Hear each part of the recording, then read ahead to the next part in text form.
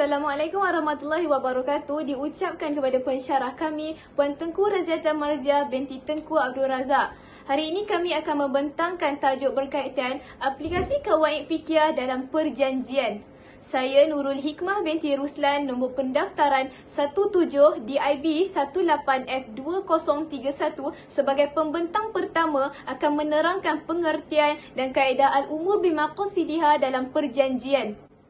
Saya mulakan dengan pengertian perjanjian. Istilah perjanjian dalam bahasa Arab lazim disebut akad, bererti mengikat dan mengumpulkan.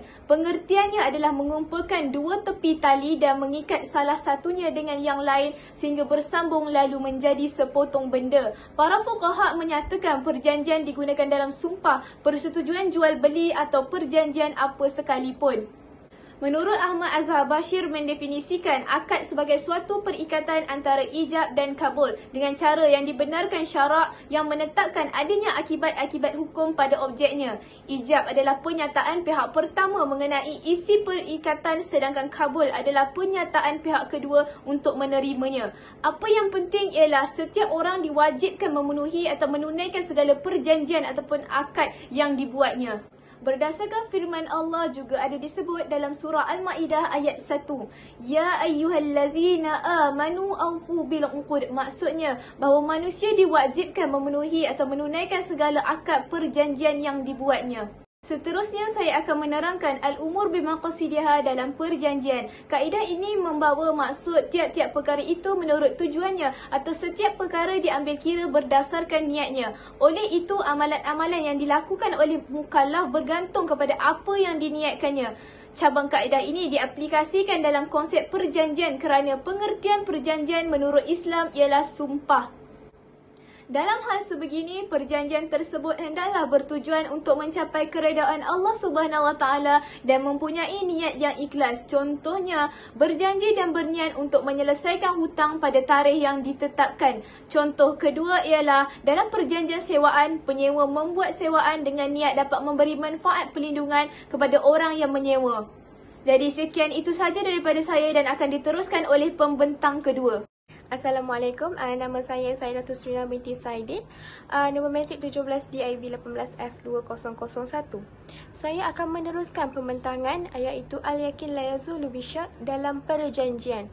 Okey, al-yakin la yazulu bisyak maksudnya adalah keyakinan tidak boleh dihilangkan dengan keraguan. Ini bermaksud sesuatu perkara yang sudah diyakini apabila timbul keraguan selepas itu tidak akan menjejaskan keyakinan yang ada.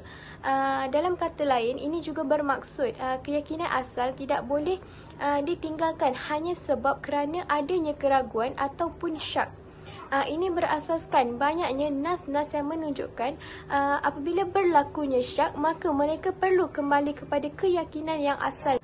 Seterusnya adalah sebarang syak tidak memberi apa-apa nilai dalam keyakinan dan syak juga boleh menimbulkan kekeliruan dalam perjanjian.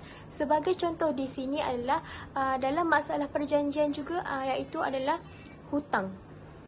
Dalam urusan hutang, hendaklah seseorang itu menulis atau merekodkan hutang yang dibuat seperti jumlah hutang yang dibuat, masa pembayaran, kaedah pembayaran digunakan sama ada sekaligus secara berkala atau sebagainya. Merekodkan hutang dalam bentuk bertulis hendaklah dipersetujui oleh kedua-dua belah pihak, amatlah digalakkan oleh Islam.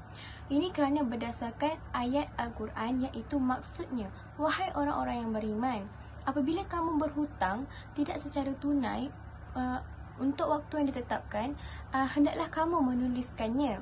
Dan hendaklah seorang penulis di antara kamu itu menuliskannya dengan benar. Surah Al-Baqarah ayat 282. Sebagai manusia biasa, kita tidak dapat lari dari terlupa. Oleh itu, Islam telah memudahkan kita dengan mendatangkan penyelesaian kepada permasalahan ini. Islam juga mengajar kita untuk mengelakkan sesuatu yang boleh mendatangkan syak.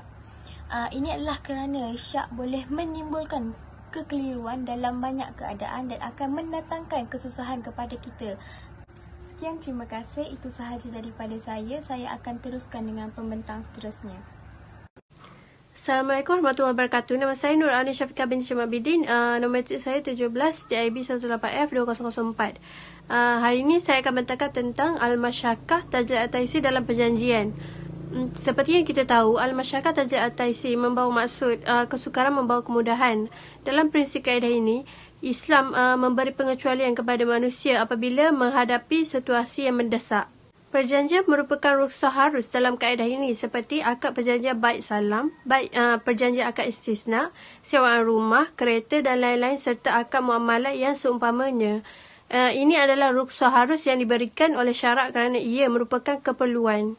Dalam slide ini, poin yang ketiga ialah perjanjian akad salam. Akad perjanjian jual beli salam ialah jual beli sesuatu barangan secara tangguh dengan bayaran harga secara tunai seperti menjual barangan yang telah disifatkan butiran, bentuk, spesifikasi, kualiti dan kuantiti secara terperinci dengan bayaran harganya dibuat secara tunai manakala penyerahan barang ditangguhkan pada masa yang ditetapkan.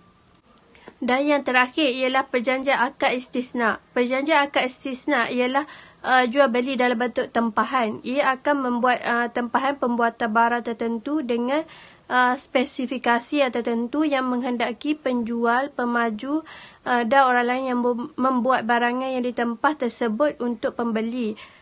Sebagai contoh, Ali menyerahkan wang sebanyak 100,000 kepada Abu untuk mendapatkan sebuah kereta keluaran Jepun daripada syarikat yang dia nak, jenis yang dia nak, model tahun yang dia nak, yang mana Abu akan menyerahkan kereta itu kepada Ali pada Mei akan datang dan di situlah berlakunya perjanjian akad istisna.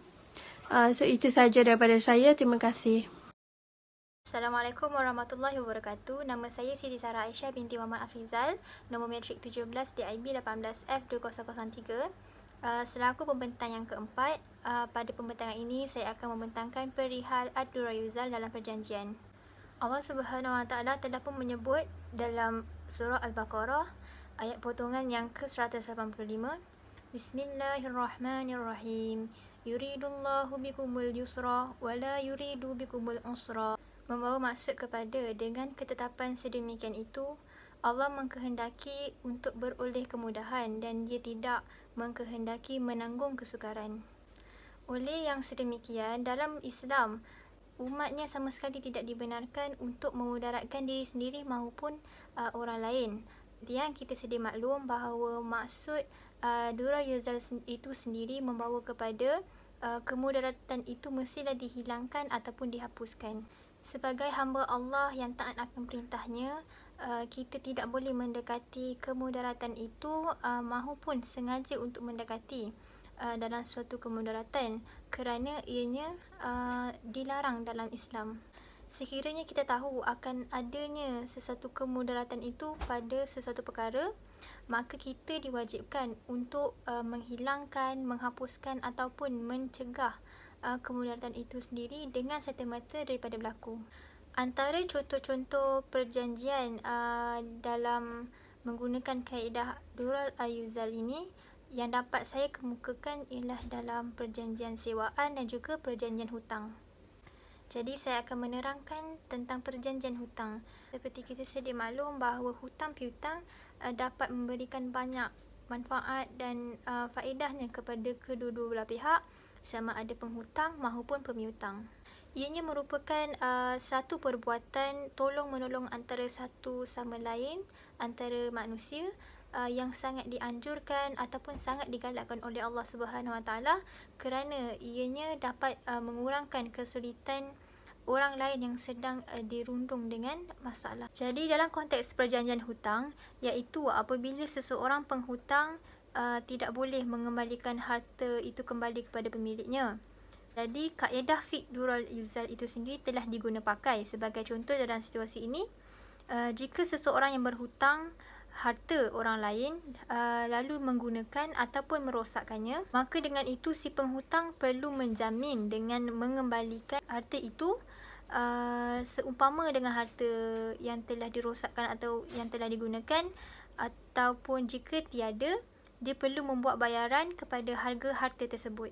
Seterusnya ialah dalam perjanjian sewaan. Okey, jadi sewa menyewa ini merupakan satu perjanjian ataupun kesepakatan. sewaan merujuk kepada bayaran yang telah diberikan kepada seseorang yang melakukan kerja sebagai ganjaran kepada apa yang telah dilakukan. Dalam konteks ini pula, situasi sewaan tanah di mana apabila perjanjian sewaan tanah telah berakhir, namun hasilnya masih lagi belum dapat dituai. Jadi aplikasi Adura Yuzal itu sendiri berlaku apabila seperti yang telah saya katakan tadi, sewaan tanah itu perjanjiannya telah tamat namun hasil masih lagi belum dapat dituai. Dengan itu, tanah itu masih lagi dianggap kekal dalam tangan penyewa dengan membayar sewa semasa sehinggalah tanamannya itu dapat dituai. Langkah ini merupakan satu langkah pencegahan daripada kemudaratan itu berlaku kepada si penyewa kerana dia akan terpaksa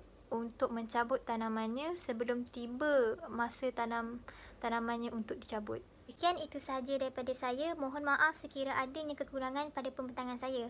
Maka dengan itu, pembentangan ini akan diterangkan dengan lebih lanjut oleh pembentang seterusnya. Terima kasih.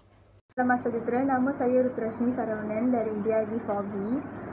Saya sebagai pembentang yang kelima ini menjelaskan tentang Al-Ada Muhakamah. Al-Ada Muhakamah merupakan kaedah kelima daripada kaedah-kaedah fiqh yang utama. Di dalamnya terkandung pula beberapa kaedah fudu yang lain. Al-Ada Muhakamah secara bahasa diambil dari kata al dan atau al-mu'awada yang berarti berulang.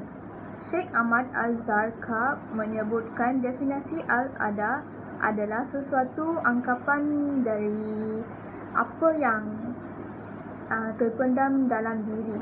Perkara yang berulang-ulang yang biasa diterima oleh tabiat iaitu perangai yang sihat. Al-Ada didefinisikan juga sebagai sesuatu perbuatan atau perkataan yang terus-menerus dilakukan oleh manusia kerana dapat diterima akad dan manusia mengulanginya terus-menerus. Kesimpulannya, setiap kaedah asas berkait dengan aplikasi perjanjian. Kategori kuaid fiqhiyah memudahkan ulama dan masyarakat membuat rujukan. Perjanjian itu wajib ditunaikan bagi sesiapa yang telah membuat akad perjanjian. Hukum perjanjian Islam itu sendiri ialah akad perjanjian yang menimbulkan kewajipan pada salah satu pihak dan hak bagi pihak yang lain atas perjanjian tersebut. Terima kasih.